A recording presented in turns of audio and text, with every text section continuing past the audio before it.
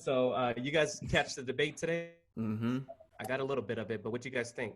I think we need Blevins to read out his tweets because he was going bananas on Oh, there. you were tweeted? Oh, Oh, of give us course, some man. tweets. Just a little bit. He need to be sponsored by Twitter. He's on there. First of all, this man said, "I can't see the audience because it's so dark." That was during a topic of About The race. talk. Yeah. racism and race and the talk, and his response at some point was, "I can't see the audience because it's so dark." I'm not gonna touch that at all, but I think there was some slight references on there. He was busting Biden, the whole laptop thing. He said the laptop from hell. So that was definitely a one-liner that made me laugh. Um, what else? Biden was smart for bringing up the Central Park Five. We all know where Mm-hmm. Trump stands on that from several years ago, and he did not deny his claims at all. So I think that was smart. What else? This dude brought up Perry Mason. Then he said kids without the parents are so well taken care of, like, which was super confusing. So there was a lot of things that he said that I think people were able to really see right through. And then Biden looked in the camera and was able to speak to the American people and to people's families. And I think that helped him big time. Yeah, no, I think at some point too, he said, Trump said that there hasn't been anybody else that's done more for black people other than probably Abraham Lincoln. And that Maybe. maybe Abraham Lincoln. I mean, just the fact that he said that and compared himself to, somebody like that and just thinks of himself like that, this man is full of himself for sure. And I was really happy to see that Biden, uh, stood toe to toe with him, and I think he represented himself well, and I think he definitely won some voters over, and a lot of us feel a little bit more comfortable with him and his and everything that he's like talking about. So I'm just happy he was able to stand toe to toe with him, and I think get him a few times, honestly. Yeah. Yeah. Trump said, "I ran because of you." Biden said, I ran because of you. What did y'all think? Yeah, what did y'all think?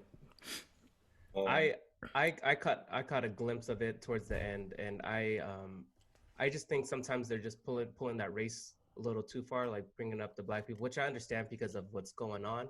I just feel like they're trying to put an extra spotlight to it, and we're not getting the response that we're looking for. They're still dodging those questions, so it's like why are you gonna answer it? Why bring it up? Like just go on to something else. But I like how Biden was able to speak for the people, and it was like he wants to help the people versus Trump is like, hey, you guys are making money. We just want you to make money, Yeah. like jobs, jobs, jobs. And then Biden was like, hey, I'm for you guys, for the people, like for integrity and proper life. So I appreciate Biden this one. He did good. Yo, I'm gonna let the two guys go right now, but I just want to answer. Just want to respond to what you just said. The reason why they get hung up so much on the race, I feel, is because black people or minority people have a strong like foundation in this country, and they need like think about just pulling in 50 Cent in. Think about just pulling Ice Cube in. Mm-hmm. Like they know that they can pull more people by just saying, "Hey, I got 50 Cent with me. I got Ice Cube with me. I got Kanye with me." So they know that they could swing the vote a little bit. They can't win this race without bringing the black vote in. They can't. Trump cannot do it without having a percentage of the black vote, percentage of the Hispanic vote, percentage of the Asian, the Muslim, even though he's not like really focusing on them, but that just tells you how big the black community is, how big the brown community is, and that they need them. So that's the reason why, We'll touch on those two clowns after they go. Go ahead. for sure. Go ahead, D. The thing that resonated with me the most that Biden said was, you know his character and you know my character, and I think we've all witnessed that Trump will say anything, to get votes, to get support, and I think ultimately, and he's proven this as a businessman and even in office, that he's all about a dollar, and he's not concerned about the people, and specifically, minorities, our communities. So I think we get overlooked, by him and his people. And um, Like he's just dishonest. So like one of the things he touched on in the beginning was he was talking about how he's doing currently, and he said he's immune to COVID now, and then he also said it's going away, and we know these things are not factual.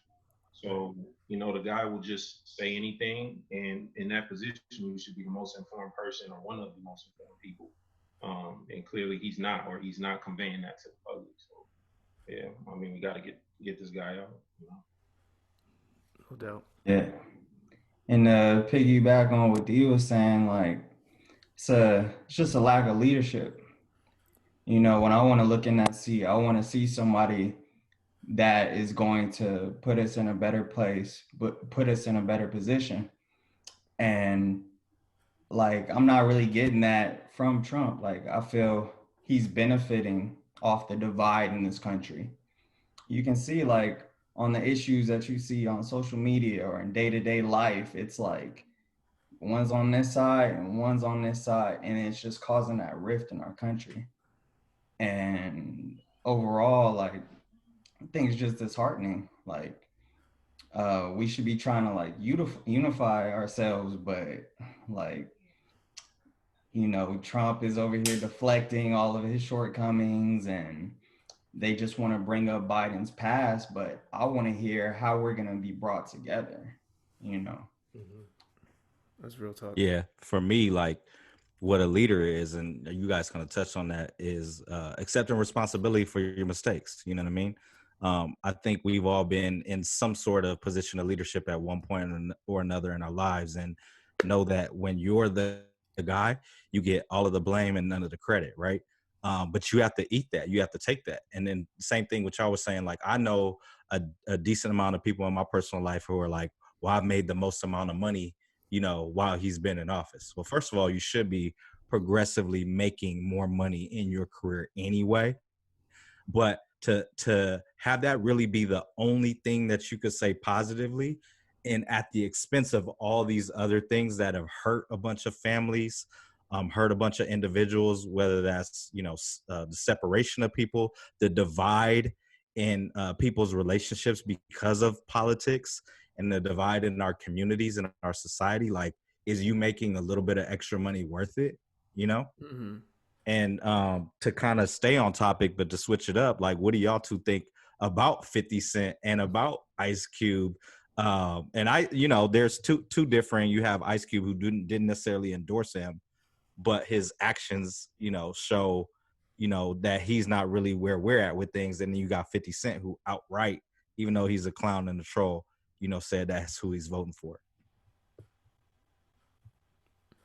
I Well, think. like, Go ahead, but you got it. oh no, you get D. I'll go after. Okay. I mean, I think just them associating with him is a problem. Like we can't, like Andy was saying earlier, just them associating their names being attached to his is going to sway votes because there's people that are unfortunately they're uninformed or they see a headline, they see Ice Cube, they see 50 Cent, they admire those guys, and they see them associating with Trump. So that's going to sway some votes. And last time, I'm sure we all, before the election, we thought this guy had no chance. And the day comes and he's our president. You know what I mean? So every vote counts. And I think it's sad that those guys are even associated in whatever capacity. They shouldn't be doing that because they're going to sway some votes and then perhaps they do give this guy a better chance and opportunity to get back in office. Yeah. It's not a good look. Yeah, and I do see it, from David's perspective, as far as you see people on social media saying, "Oh, Trump isn't racist," and posting all these photos with him and like black entertainers and entrepreneurs and all of this. But at the same time,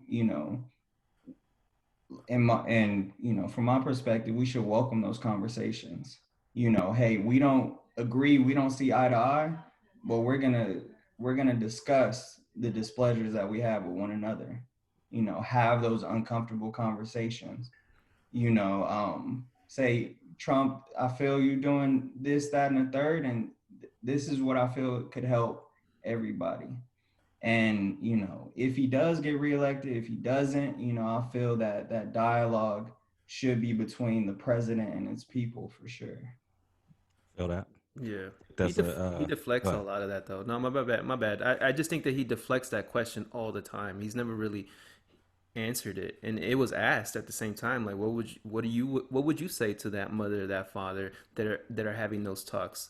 And he didn't answer that, and he deflected, and then his response was like trying to throw Biden under the bus, obviously, and and to answer your question, Blevins, about like people like making a little bit of money, I feel like it is a money war at the same time. Like he's been heavy in the stock industry, and like for him to, this is a conspiracist in me. The fact that he mentioned two companies when it came to the COVID stuff. I mean, he mentioned Johnson & Johnson and Moderna. I think it was the other company. I wouldn't be surprised if his name might not be attached to those stocks, but doesn't mean his money's not attached to those stocks. So watch those stocks in the next few days, and then they go up. And Just where like does that money Kodak. go? Just like Kodak. And it's a game, man. It's a game, and that's why I've said in the past, like we definitely got to respect the way that he plays this game in order to understand how we can actually beat this man at his own game. So you got to respect him at some point, and if we're not respecting him, then he's gonna outplay us. He's just, I mean, what evil is that good? Look what's happened in the last 4 years. Yeah, And I think and that's a so, good. Go ahead. and I was like, that's crazy too. When you really think about it, conspiracy theory, Andy's mind process, it's like how social media is being played. Like the media is Manipulated. really manipulating, and it's kind of like ads. It's kind of like ads. You know how they always force us to buy stuff, and it just seems like they're buying our vote from all this 50-cent stuff, all this nonsense, like trying to pit us against each other or trying to get us to go out there and vote.